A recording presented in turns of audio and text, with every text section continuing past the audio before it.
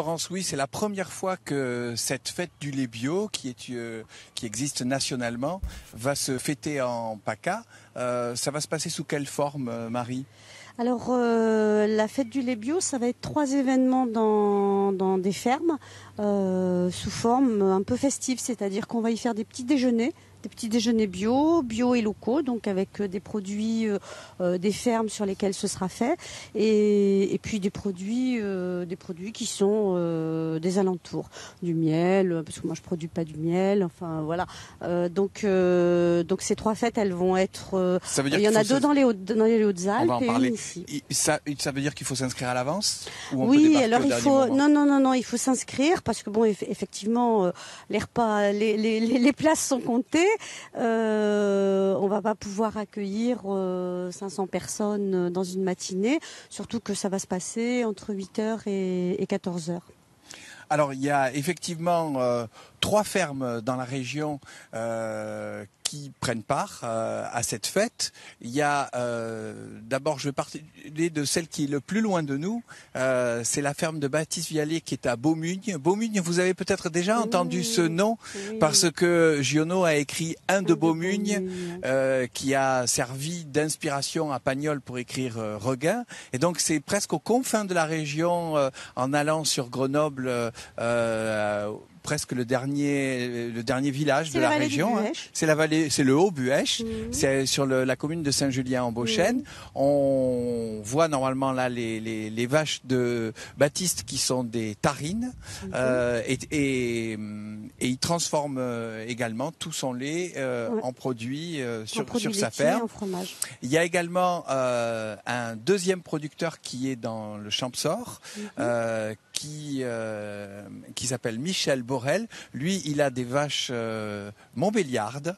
C'est pas tout à fait le même look, on va le voir. Mais en tout cas, les deux sont des races qui sont souvent utilisées en bio. Et lui fait transformer son fromage par la laiterie du Col Bayard, qui pour la première fois s'est mis à fromager du lait bio.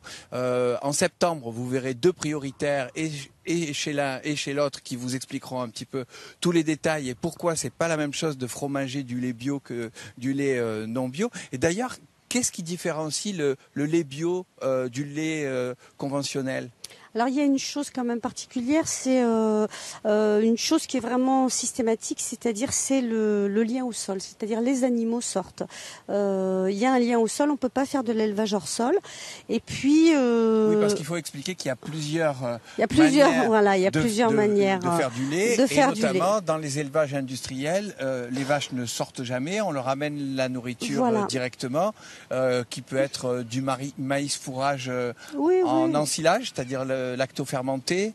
C'est-à-dire qu'en fait, on essaye dans les élevages industriels, on fait en sorte que les vaches sortent pas parce que elles consomment pas d'énergie, comme ça elles marchent pas, et donc tout passe dans la production. Alors que nous, on est quand même sur cette histoire de lien au sol, c'est-à-dire qu'il faut que les animaux sortent pour leur bien-être, et puis parce que ça fait partie de la vie d'un animal d'être un ruminant et d'aller manger à l'extérieur du fourrage.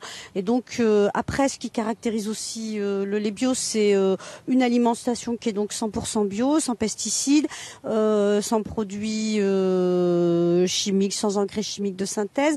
Et aussi, sur les animaux, c'est l'histoire des antibiotiques qui est... alors je dis pas qu'on peut pas en faire en bio, hein, on peut en faire occasionnellement, mais c'est très limité. Et aussi il y a les histoires d'OGM, parce que quand même malgré tout, ce que les consommateurs savent pas, c'est que quand on boit du lait, alors c'est vrai qu'on ne cultive pas d'OGM chez nous en France, mais les animaux par le biais du soja surtout d'importation qui vient d'Amérique latine, du Brésil ou d'Argentine, il contient vraiment des OGM et donc par ce biais-là, le consommateur qui mange du lait conventionnel, il prend des OGM, il prend sa dose d'OGM, quoi. Pareil quand il mange du steak. Et pareil quand il mange de la viande, tout ce qui est produits animaux, que ce soit sur le porc, qui est d'ailleurs une filière qui est très très touchée par les OGM, hein, ça c'est clair. La preuve, c'est que Carrefour fait du porc sans OGM. Ça veut bien dire que le reste en contient. Donc ça, c'est quand même une vraie problématique. Et ce que je voulais dire quand même, c'est que tous les trois, Michel Borel, Baptiste et moi, on a été très engagés pour mettre en place la collecte du lait bio qui va quand même avoir lieu enfin depuis des années qu'on en parle. Il va y avoir une véritable collecte du lait bio qui est une vraie opportunité pour le Champsaur maintenant qu'il y a l'arrêt des quotas laitiers.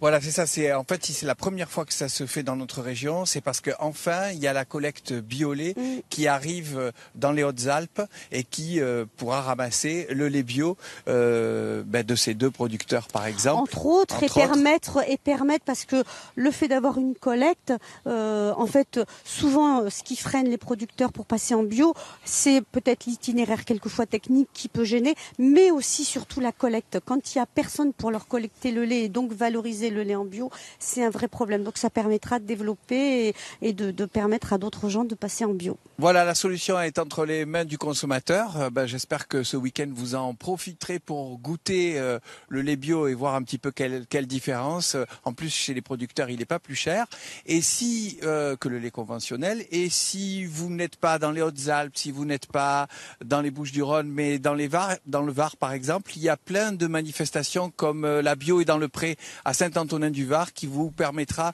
de toucher un peu du doigt et d'approcher un peu plus ce monde qui en réalité, quand on va directement chez le producteur, ne coûte pas plus cher que quand vous allez au supermarché. Entendu.